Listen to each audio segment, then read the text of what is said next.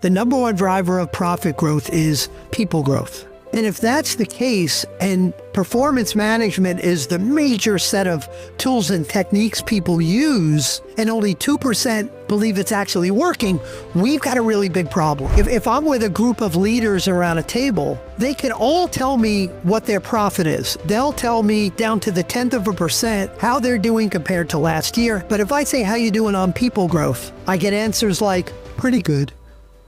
Pretty good is not a number. I run core values through 3 tests. And the first test is it a fireable offense? Core values are non-negotiable. The second test is, are you willing to take a financial hit in order to uphold that core value? It's got to be that important. And then the third test is that behavior alive and well in your organization today? Because a lot of organizations define things that they aspire to be, but they're not there yet.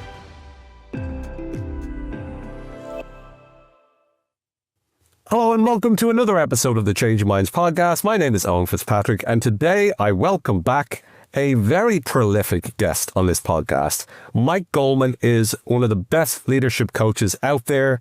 He's helped so many different organizations build breakthrough leadership teams. And now he is back with an incredible new book called The Strength of Talent. This book, I have to say, I've read through it. It's amazing. There's so many great insights in there about the importance of people over profit and how people leads to profit, and the most important things that you need to know as a leader if you were to be successful. This is a game changer of a book. I believe that this is going to allow you to successfully transform your organization if you find yourself struggling at a leadership level. To me, this is a book that I think every leader should have on their desk. And so I asked my friend Mike to come back and to tell us all about it. Mike, great to have you here on the podcast once again, mate. It's great to be back. Yeah. Anyway, listen, let's get straight into it. And I want to start off with a question about the reasoning why you wrote the book in the first place. And I really want to take it from the following angle.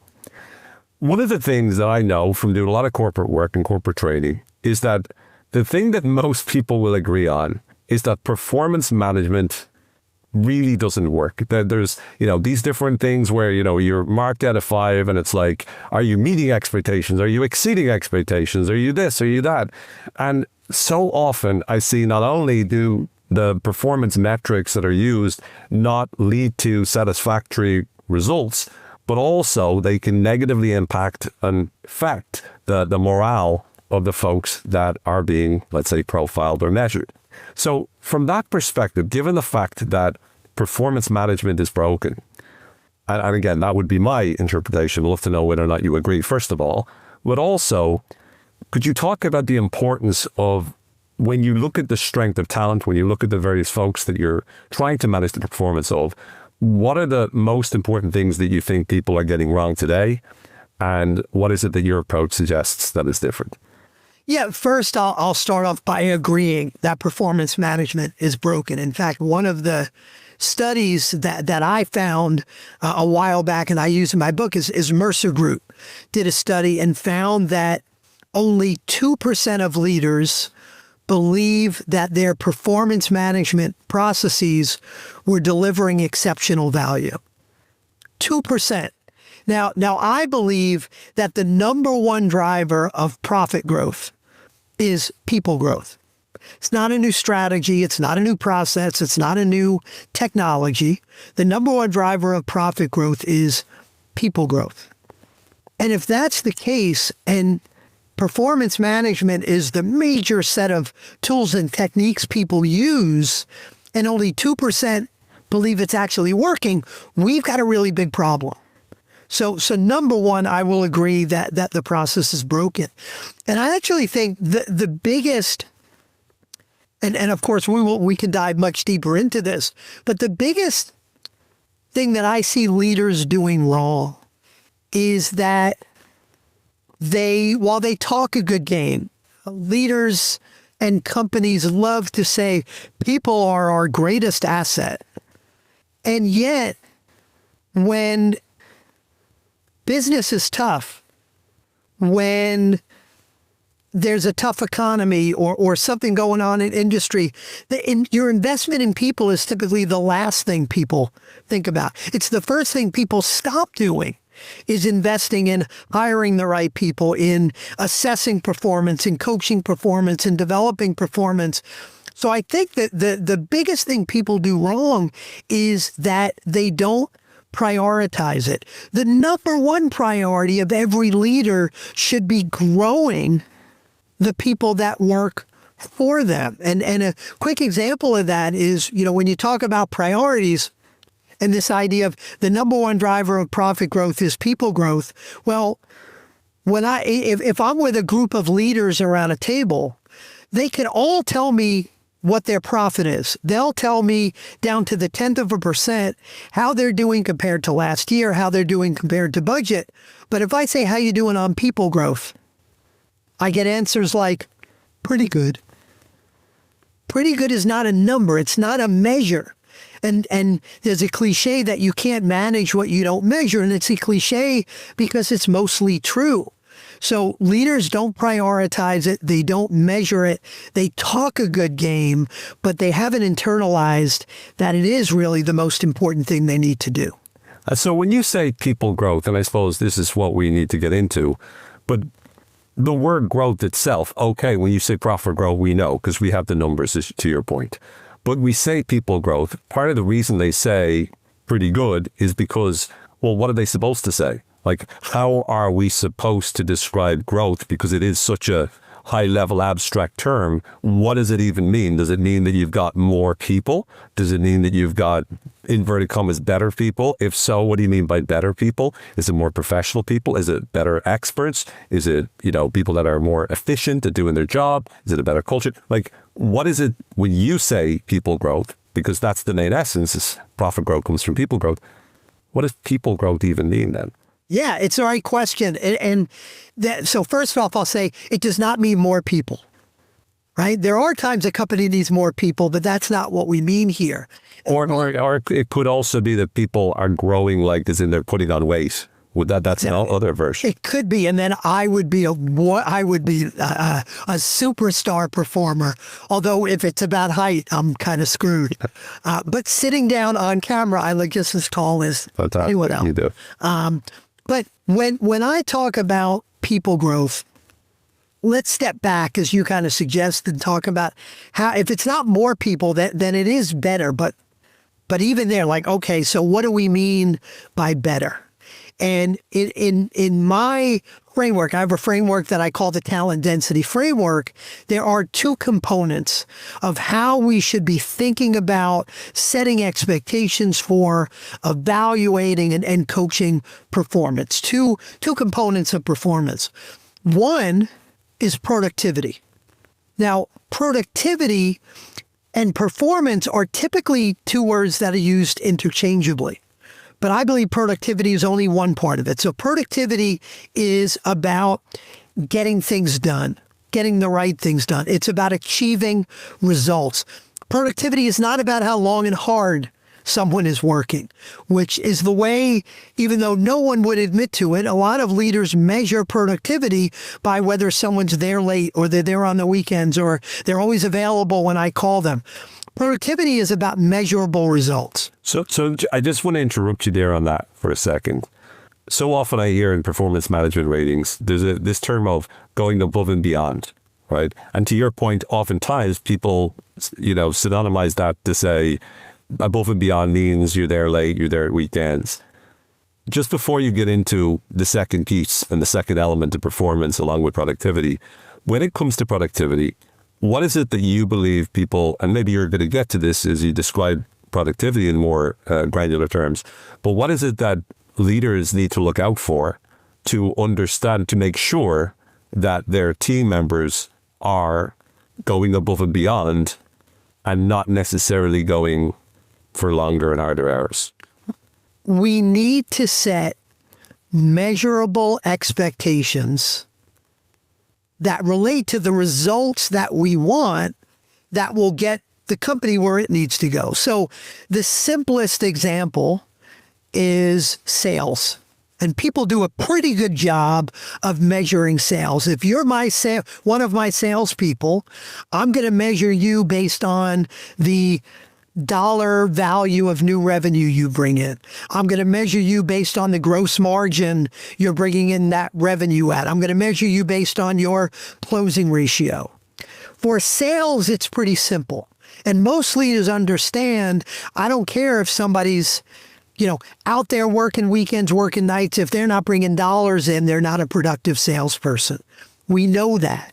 The challenge is with most of the other functions within the organization, whether it's marketing or HR or operations or information technology or legal, there are no specific measurable, aligned around expectations. And a great example of that is when COVID hit and all teams were forced to work remotely.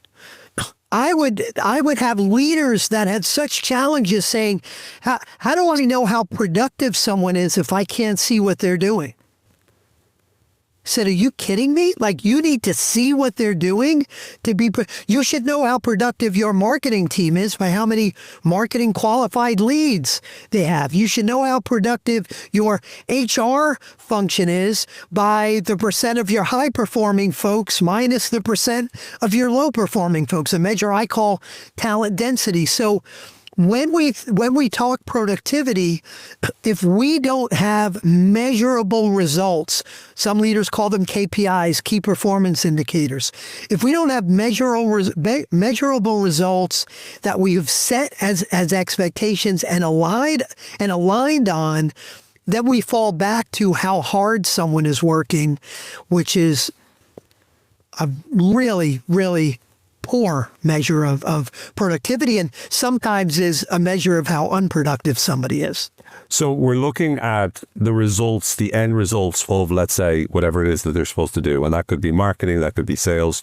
Sometimes it's easier to quantify than others, but ultimately speaking, you're not looking at what they're doing from a work perspective. You're looking at the results that they're getting. One exception to that is when I get deep into creating these measures of success with my clients, there are two different types of key performance indicators. There are lagging indicators, which are measures of results, sales, gross margin, net profit. Those are all lagging indicators. They're also leading indicators. Leading indicators are measures of activities that drive results. Those may be secondary, but they're critically important. If again, I'll use sales because it's a simple example. If you're a salesperson and the sales cycle is 3 months long, takes 90 days to close the sale, well, I want to be able to measure the leading indicator, which may be how many new sales meetings you're setting up with decision makers. I want to measure that too, because if all I do is wait for the result, I may think you're not productive at all when it's just those sales haven't closed yet. So we do need a balance of both lagging indicators and leading indicators. That kind of reminds me of objective key results. So, the objective being the sort of the lagging indicators and the leading indicators being the key results, because in order for you to get to the objectives, you need to get to the key results and whatnot. Really like that distinction. So we have productivity as one of the two main measures of performance. What's the other one? And the other one's culture fit. And I say that second, but I should probably say that first, because this one, I believe, is not only as important as productivity, it's more important than productivity. And let me talk about what I mean by culture fit first, and then we can talk about why I think it's more important. But culture fit to me is, if I take it from the highest level, is this person making the people around them better or worse? Are they adding to the desired culture you want to create in your organization, or are they subtracting from it? With my clients, I go deeper and we create a set, normally 3 to 6 non-negotiable behaviors that we call core values. Now, most people have heard of core values, but for most people, it's a poster on the wall or a plaque in the lobby, and it's meaningless. Some smart coach or consultant said, let's create core values. You did it. No one knows who they are or what they're used for. But used right, core values are a small set of non-negotiable behaviors that kind of boil up from what's best, what's right, what's most noble about you as an organization. So culture fit is about, is this person you're evaluating living and breathing those core values every single day? To me, one of the things that I've noticed is that sometimes when organizations, let's say, define their core values, they come up with stuff like integrity, right? And my problem with integrity is if you have a core value, something like integrity should be like, well, that's table stakes, right? If no company will go, yeah, we don't prioritize integrity. Integrity is really, we don't focus on it. Every company is supposedly focusing on integrity. So therefore it's an empty value. So what is it that you do with your clients to help them to identify really good and useful core values that allow you to be able to identify the kind of behaviors that provide the means by which you can measure culture fit? Number one, we've got to boil it down to a specific behavior or set of behaviors. And I'll give you an example. And the reason why people have things like integrity there is partially because they misunderstand the whole concept, but it's also because it looks really good on a website. People think about their core values as to what's going to look good to the outside world. So one client I worked with was in the renewable energy business. One of their core values when I first started working with them was sustainability. I said, well, I guess that sustainability is important to you. That's what your business is all about. But help me understand that as a core value. Like, do you go for each of your team members, you go at night and secretly check their garbage to make sure they're recycling? Like, what does sustainability mean? And it's because they use it as marketing versus what it's really used for is to build the right culture. So number one, we've got to get it to the point that it is a specific behavior that we can see someone exhibiting or not exhibiting. And then to make sure that it is something that's real, I run core values through 3 tests. And the first test is it a fireable offense? Core values are non-negotiable. So I had a client that is in the marketing business. And one of the core values that they put up on the board as a potential core value was creativity. Okay, that actually sounds reasonable for a marketing firm. You need to be creative in marketing. But I said, okay, let's imagine someone in your accounts payable department is paying all the bills, but they don't have a creative bone in their body. Are you firing them? They said, of course not. I said, well, then it's not a core value. Creativity, and probably a more detailed definition of what they really mean by that, could be a really important competency for an account manager or a graphic design person or a marketing strategy person. But it's not a core value for the company unless it's a non-negotiable behavior for everyone. The second test is, are you willing to take a financial hit in order to uphold that core value? It's got to be that important. And then the third test is that behavior alive and well in your organization today? Because a lot of organizations define things that they aspire to be, but they're not there yet. It can't be aspirational and non-negotiable at the same time. So that's the way I get it down to a behavior, and then I run it through those 3 tests. So could you give us an example of something that is an example of a core value? Yeah, so one of my clients has a core value that is, we lift each other up. Now, they could have said something like collaborative or collaboration. And that could have been okay if they defined it in the right way, but they defined we lift each other up. And that is a very specific behavior. By the way, it's not enough just to have that one word or that one line. You need a definition of what it means. And they have kind of 3 bullet points under that on what we lift each other up means. But what it means to them, I mean, you can imagine what it means. It means that you're not walking around saying it's not my job. Like, we're going to help each other. We're going to go out of our way to help each other, whether it's personal or professional. We're going to lift each other up. So that's an example of one that if there was someone in their organization that wasn't living that was blatantly and repeatedly violating that core value, they absolutely would fire them for doing that. It absolutely is alive and well in the organization. So that's just one example of, thousands of a core value that with the right definition works. Now, it's not, the other thing is you can have a great core value, but if you're not living it every day, if it's just a poster on the wall, then you could have gone in with the right idea. You could say we lift each other up and define it. It's a poster on the wall and no one ever talks about it again. Well, then it's a crappy core value. One of the things in your book you say is that it's easier to coach productivity than it is to coach culture fit. At the same time, I'm sure there's going to be situations where it's important to try to do whatever you can to impact and influence the level of culture fit that a person has. All right. In an ideal world, you hire people and they fit perfectly in your culture and they all lift each other up and they're all brilliant in that way.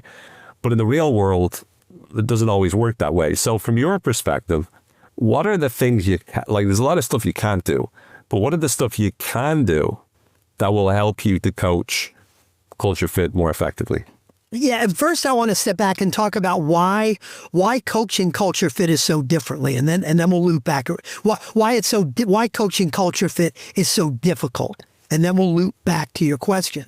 The reason it's difficult, the reason it's way more difficult than coaching productivity, is if you've got someone who's a great culture fit, but they're not producing at the level that you want them to produce, those folks are typically coachable.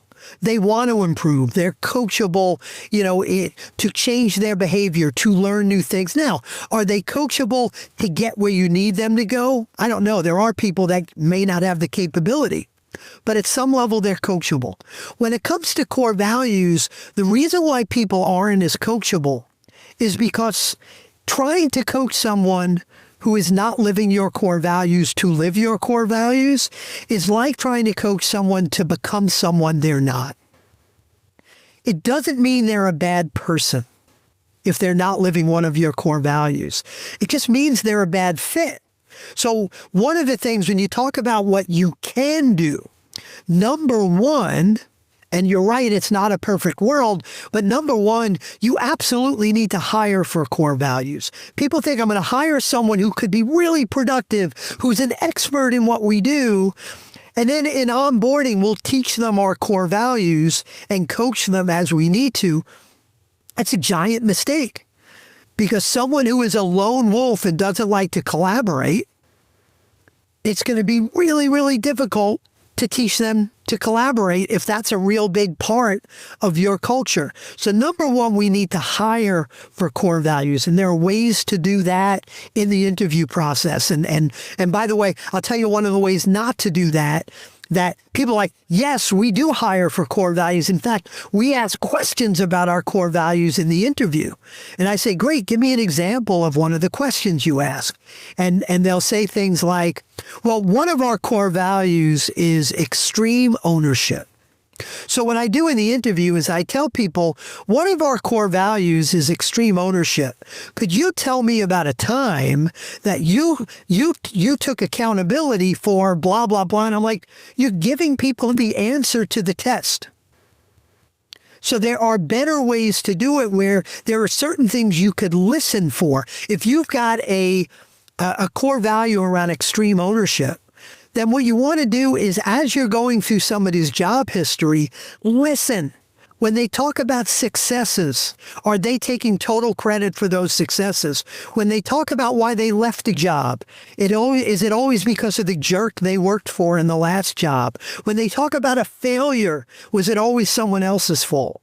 So there are ways on the interview process to make sure you are at least improving the probability of hiring someone that's living your core values. To your point, it's never going to be perfect, but you've got to start there. What about, I was going to say, so then let's imagine you have hired and there's still some wanting when it comes to the core values. What is it that you could tangibly do to be able to improve the culture fit when they're already part of your organization? The most important thing you need to do is have the difficult conversation, is sit down with that person and tell them the facts. You know, we have a core value, and I'll keep using we lift each other up as an example. Hey, one of our core values is we lift each other up. And for the third time this week, when we were in our meeting this morning, you refused to raise your hand to help when I know you had the ability to help Joe do what he was trying to do. So you start with the facts. Right? You don't start with, you're not collaborative, and you don't start with your opinion or impact. You start with the facts, then move into, and when you do that, it tells me that either you don't understand or you're not living this core value of ours. And let me reiterate why it's so important. And here are the specific behaviors that we need to see moving forward. Is that something you think you could do? And I think that's an important part, is actually asking people. When you're asking people to change their behavior, and this might go for a productivity behavior change as well, but I think it's even more critical when it comes to core values, is we've got to ask people, is this something you're up for? Is this something you think you can do?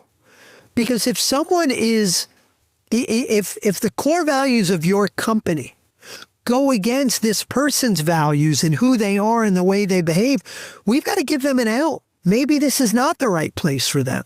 Now, if they say, no, I can do it, I want to do it, I will do it, then we've got to give them a specific period of time to say, okay, here's what, here are the 3 things I need to see by this date, and let's make sure we keep talking about it. Sorry, just on that, what about the skill of being able to do it? So to near you, we listen to lift each other up. We kind of have an idea of that. You tell me the behaviors that looks like, that's all fine. But there's going to be some core values that are a little bit, and even that could have a more nuanced interpretation of what it actually looks like. So what about when activating or acting in accordance with the core value is more not just something you have to decide that you want to do or you're willing to do, but also you're asking yourself the question, how do I do that? Like, well, what skills do I need? Is there something that we can do for those people that are looking to be able to make a difference, but necessarily don't know how? We can, but we've got to go into it with open eyes, because, when I say you have to hire people that are already living your core values, one of the ways it's different than productivity is if somebody in marketing is accountable for 10 new marketing qualified leads per week. There are certain skills you need to do that within, AI or within social media or within how to create the right white paper or event or whatever. When it comes to core values, again, using the same one over and over again as an example, like we lift each other up. Or I had a client that they wanted a core value around respect. So it was, we treat everyone like grandma, which means if you wouldn't say it to your grandmother, don't say it to anyone here. I don't believe people need specific skills to do that. Now, are there times where there are a set of skills, and the way I want you to collaborate with others, here are some very specific ways you can go do that. There may be skills that we need to teach people. More often than not, that happens if we hire someone new out of school. They lack a level of professional maturity, and we need to help them with that. So certainly you can go in and try to give people the skills. But when I say I want people to go in with open eyes, is 9 out of 10 times, if someone is not living your core values, you're not going to be able to coach them to live the core values. One of the exceptions is we've all worked with people that are going through a difficult time. They've got problems at home, a death in the family, a divorce, something going on, and it impacts their attitude for some period of time. We need to be there for them. We need to coach them. We need to mentor them. We need to help them through that difficult time to get them back to who they really are. But if someone's not living your core values, yes, there may be some skills they need, but much more often than not, it's just who they are and an attitude. And again, it doesn't mean they're a jerk or a bad person. It just means they're the wrong fit. So let's not give them 6 months, 9 months, 2 years in some cases, hurting people around them. Let's do what we can and try to help them solve the problem in 90 days. And if they haven't made significant progress, then we need to coach them out of the organization and actually help them find a place that's a better fit for who they are. So you've talked about two aspects of performance. You've talked about productivity and you talked about culture fit. And I know your talent density indicator looks at and analyzes and studies and finds out how people are performing. Could you just explain a little bit more about how the talent density indicator works and what process you went through to ensure that it accurately and effectively measures all the necessary metrics? Yeah, when I first, years ago, when I first started working on this framework, this talent density framework with my clients, and I'm going to go back, by the way, to productivity and culture fit and lead into how this TDI, the talent density indicator, is calculated, is I would simply say to people, okay, on a scale of 1 to 10, how would you rate this person on productivity? And on a scale of 1 to 10, how would you rate them on culture fit?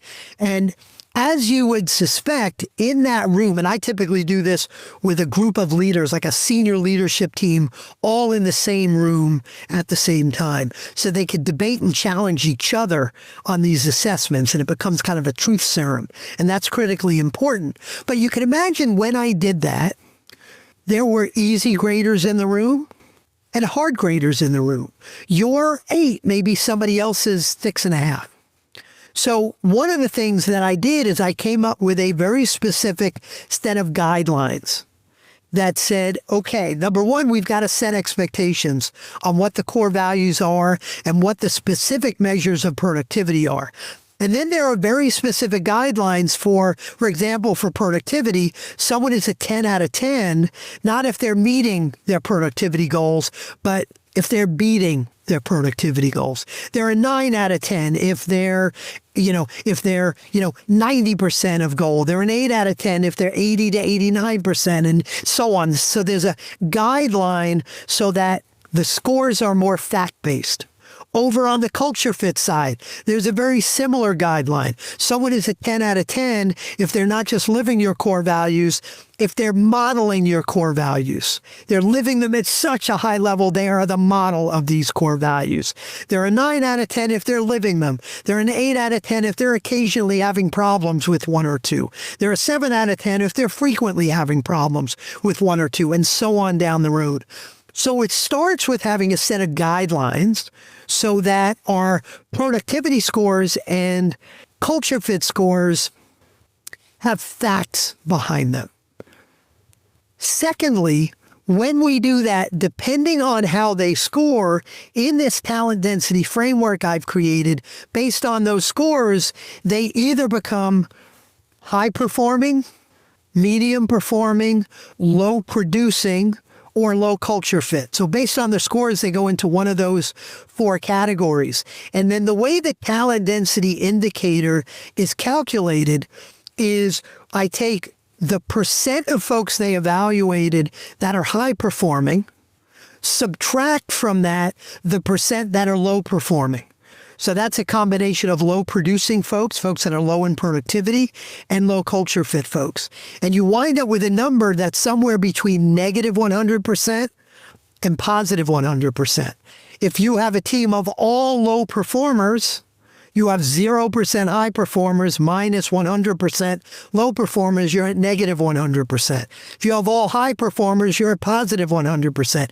If you have all medium performers, your TDI, your talent density indicator, is 0%. So what you want to see, there's no magic that says, and the right answer is you should be at 52.5%. There's no magic answer to what the right talent density indicator is, but we use it as a benchmark. Where are you now? What's your plan to improve? And what's your goal next quarter? One of the things that you talk about in the book as well, which is interesting, is the difference between coaching low performers and coaching high performers. And the natural tendency most managers have is to coach their low performers. They're not performing effectively. I need to work with them and help them get up to scratch. Your perspective is a little different. You believe that it's important to actually spend more time on your high performance. Could you talk a little bit about what made you come to that conclusion and what you mean by that? Yeah, part of it's simple math. If you increase the performance, if you help one of your highest performers improve their performance by 10%, come up with a number of what that means. If you help a low performer improve by that same 10%, where are you going to get more value? If I have a high-performing salesperson that's bringing in $100,000 a month, and I improve them by 10%, that's $10,000. If I have a low-performing salesperson who's bringing in $10,000 a month and I improve them by 10%, that's $1,000. So part of it's simple math. But here's the more philosophical part of it. When we spend most of our time, as most leaders do, trying to coach and develop our low performers. Another way to say that is we're trying to pull them up to average. And the reason I say pull them up to average is when you've got someone who's performing at a low level, whether it's culture fit or productivity or some combination of both, chances are pretty good that you're not going to take them from being a low performer to a superstar. Does it happen? Of course it does. But chances are pretty good what you're going to do by coaching them, as much time as you spend with them, you're going to drag them up to average. You're going to drag them up to a point that they go from unacceptable performance to acceptable performance. Now, as you're dragging those folks up to average, what's happening to all those high performers who aren't getting your time, who aren't getting coaching, who aren't being challenged? You're not raising the bar on them. You're not giving them exposure to the rest of the organization. You're not re-recruiting them. What's happening to those high performers you're ignoring is, at best, their performance is going to dip a little bit because they're not getting the attention. At worst, if they're not growing with you, they're going to grow with someone else. At worst, they're gone. So what happens when you take your low performers and you pull them up? You're taking your high performers, they're coming down a little bit. You end up with a mediocre team. That's a recipe for frustration. It's a recipe for death of your organization, of losing your best people. Most leaders, as you said, overinvest in their low performers and underinvest in their high performers. We need to invest in our strengths. Just like we're taught to do as individuals, we need to invest in our own strengths. We need to invest in our best people. And what that means as leaders is we need to become skilled as to what to do to work with our best people. I know for years when I had to do annual performance reviews years ago, and these days I believe annual performance reviews are the worst invention ever created in business. But years ago I was forced to do annual performance reviews. I had an easy time creating annual performance reviews for my worst people. All I had to do was take the 25 things they were screwing up and prioritize the most important 3 and coach them on how to get better at that. But the people, my highest performers, the people that were better and smarter than I was, I had no clue how to help them. But I'll just say, like, what if everyone is smarter and better than you are in an organization, which happens a lot. What do you mean, what if? I've lived my life that way. But hey, as you know, in what you do for a living, and I know what I do for a living as a coach, I coach people way smarter than me, in all honesty, every single day. People who are way more successful than I am every single day. But coaching is about asking questions. Coaching is about trying, you can help maximize you can help other people reach their potential, even if they're well beyond you in what they know or how they're performing. But I think most leaders don't focus on their highest performers, not out of ignorance. I think there are a lot of leaders that understand, man, I should be spending more time with my highest performers. The problem is they don't know what to do. Again, because they're better than I am. What do? They don't know what to do. So I spend a lot of time with my clients and a lot of time in my book helping leaders understand what is it they should be doing with and for their highest performers. So with regards to, and again, some great stuff there that we've been talking about so far, I want to go micro on something that you've said as well. And this is to do with one of the approaches to dealing with difficult customers or difficult people, right, is the notion of positive intent, what you call the law of positive intent. It's nice. It means basically we need to assume the best intention of the folks that we work with. But how does a leader learn to tell the difference between being naively benevolent in someone else's intentions, and as a result of that, potentially being led for a fool or making inaccurate decisions or being very disappointed because things don't work out, versus using it as something that allows you to leveraging it, I suppose, in such a way that it allows you to be able to be much more solution-oriented, build better relationships with the folks that you use the law of positive intent with, and as a result of that, improve the quality of your experiences with them. Let's be really clear. So the law of positive intent, the way I define it, is this idea that everybody's just trying to do the best they can with the resources they have. But let's be real about it. That doesn't mean everybody's doing the right thing, right? They may not have the resources you have. They may not have the knowledge they have. Now, they may know something you don't know, which is important too. But this idea of law of positive intent doesn't mean that everybody's doing the right thing. It also doesn't mean we're going to be easy on people. The law of positive intent means we're going to get curious. So if I've got someone working for me who is underperforming, productivity, culture fit, some combination of both, could be either.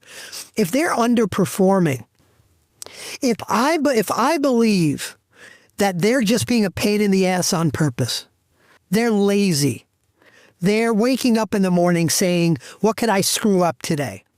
If that's what I believe, I can't have a productive conversation with them because I'm going to be angry and frustrated and I'm going to lash out.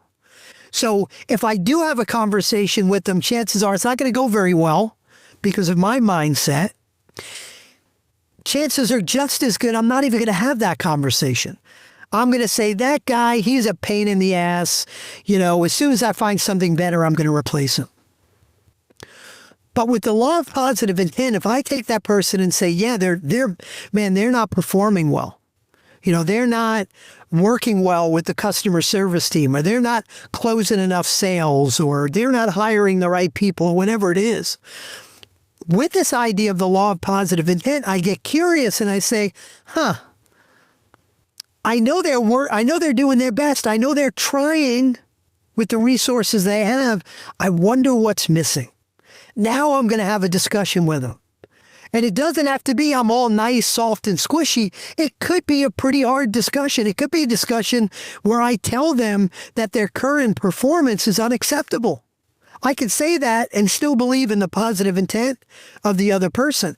I could let them know that their job is in jeopardy and still believe in the positive intent of the other person. Positive intent means I'm going to get curious and try to find out why they're not performing at that level. I'm going to ask better questions. I'm going to be a better coach in that way. But it doesn't mean I'm going to be soft, squishy, naive, overly trusting and accepting. I'm curious as to your definition of squishy. What does squishy look like? Do I have a squish ball in my office? So I don't know. I've never actually been squishy, but here's a definition of squishy. I've had leaders that, so I do something with my leaders called a quarterly talent assessment meeting where we're going through this, and the leaders, and typically I work with CEOs and leadership teams, they are evaluating every quarter the performance of their folks. And I'll get to a leader who's got somebody underperforming, and I will ask them, are we coaching up or coaching out? I put it right to them. And I might get an answer of, well, I'm really going to try and coach Owen up. Like, I really think he could do it. And if it's the first time I'm meeting with a client, so I don't have the history, I will usually say, well, how long has this problem been going on? And very often, and it kills me that I hear this very often, they'll say, I need to coach them. I'll say, why do you need to coach them? How long has it been going on? They'll say, it's been going on 2 years. And I'll say, it's been going on 2 years and you still think they need coaching? Help me understand that. Well, I haven't really talked to them about it yet. That's leadership malpractice. And that's squishy. To me, squishy is the opposite of, put on your big boy pants or your big girl pants, have the difficult discussion, make the difficult decision versus versus being squeamish about having those conversations and making those decisions. One other thing that strikes me that I wanted to check with you before we bring this to a close is you provide people with the book, you provide them with the talent density indicator. I think they're phenomenal tools, right? They could really transform an organization. But I also know that rationally, if they use it, it's going to work a dream. But the problem is human beings aren't always rational. So you have leaders that already have, let's say, agendas, and you'll know this better than anyone, given the work that you do as a leadership coach, that nobody wants to look bad. And if I'm working in an organization as a leader and you ask me to rate my people, well, okay, I can't really hide the marketing or the salespeople because ultimately a lead is a lead and a sale is a sale. But when it comes to some of the other areas, I don't necessarily want to turn around and give you the minus whatever score because that reflects poorly on me. That suggests that I'm not a good leader or a good manager. What is it that you do in the book or suggest either in the indicator or in general right now, that mitigates the likelihood of a leader using that rationale, engaging in motivated reasoning so that they can prove themselves correct and make themselves look good. And therefore, when they're giving these ratings, they bias them according to how they want to look as opposed to what's going on in the real world. So there is the kind of the psychological motivational piece of it, and then there's just kind of the nuts and bolts of it. From a motivational standpoint, I help these leaders understand that by protecting their people, they are causing their own stress and their own frustration and putting their job in jeopardy.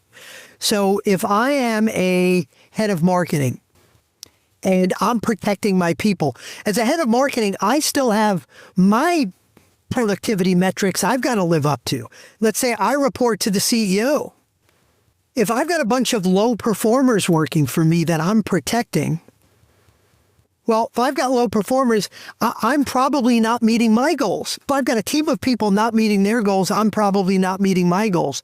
The only way I'm still meeting my goals, even though I've got a poor team, is if I'm working nights and weekends and going above and beyond to do a whole bunch of stuff myself because my team isn't doing it.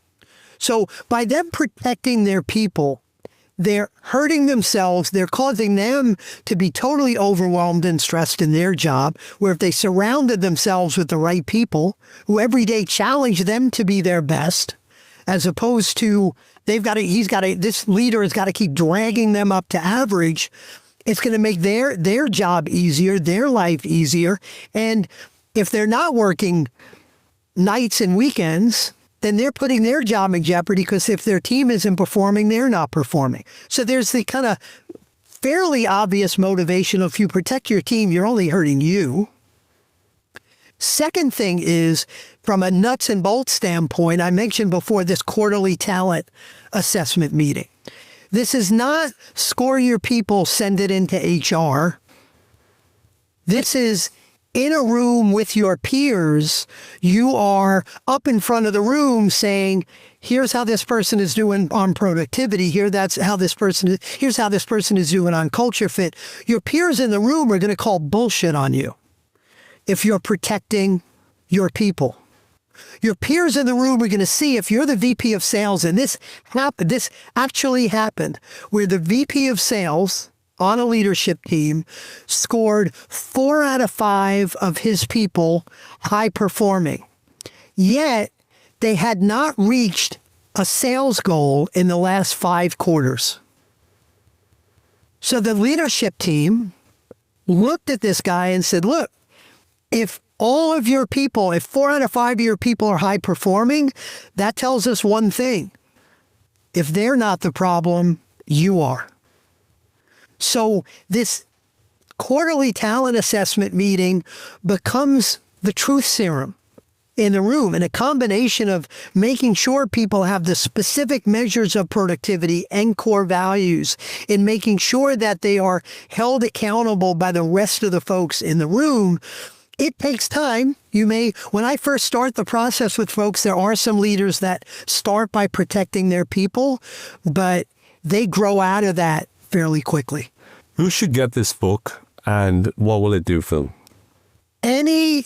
Anyone who leads, manages other people should get this book. The ideal person is head of the company. CEO, business owner, president, whatever title, because the ideal way to implement this is to start at the top and cascade it down through the organization. For folks that buy the book, that implement the process, the value of it is you're driving down to, number one, create a great company. And I define a great company as a company that is consistently and significantly growing the top and bottom line. They are creating a growing, fulfilling environment, creating a talent magnet for others, and they're having impact on their clients, on their vendors, on their communities, on their team members. So they're creating a better company. And then as an individual, imagine surrounding yourself with a great team that's challenging you to be at your best every day, that allows you to spend more time working on the business instead of in the business, that allows you to focus on what you need to do without babysitting others. It's not only creating a better company, it's creating a, better world for you as a leader. And it impacts you personally. I had a leader that when I started working with them, they had to micromanage everybody on their team. After years of implementing this, I had a conversation with her, and she was going to Iceland for 2 weeks and knew that her team would not only perform and hold the business together while she was gone, but she knew they would actually improve the business while she was gone. And man, imagine having a team like that, where you could leave for 2 weeks and not only not have to worry, but know you're going to come back to a better business. That's what this can do. One of the things that I've also heard you say, Mike, is that this helps business leaders to fall back in love with their business. And I know you mainly recommended the CEO, and I definitely think that every CEO, like I said, should have a copy of this book on their desk.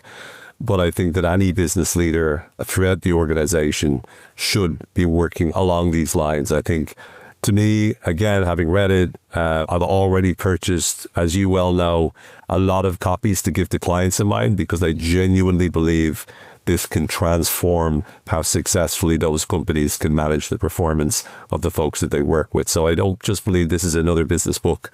I think it's going to make a huge difference and a real impact to so many businesses. So thank you for writing it, and thanks for coming on the show to talk to us about it. Would love to hear from you in terms of 4 people. We'll put it in the show notes, but how do people get a copy? Is there opportunities if they want to buy copies for all of their leadership team? Is there opportunities there? What about the talent density indicator? Just give us any information you can as to how people can get this book straight away. Yeah, so best place to go is strengthoftalent.com.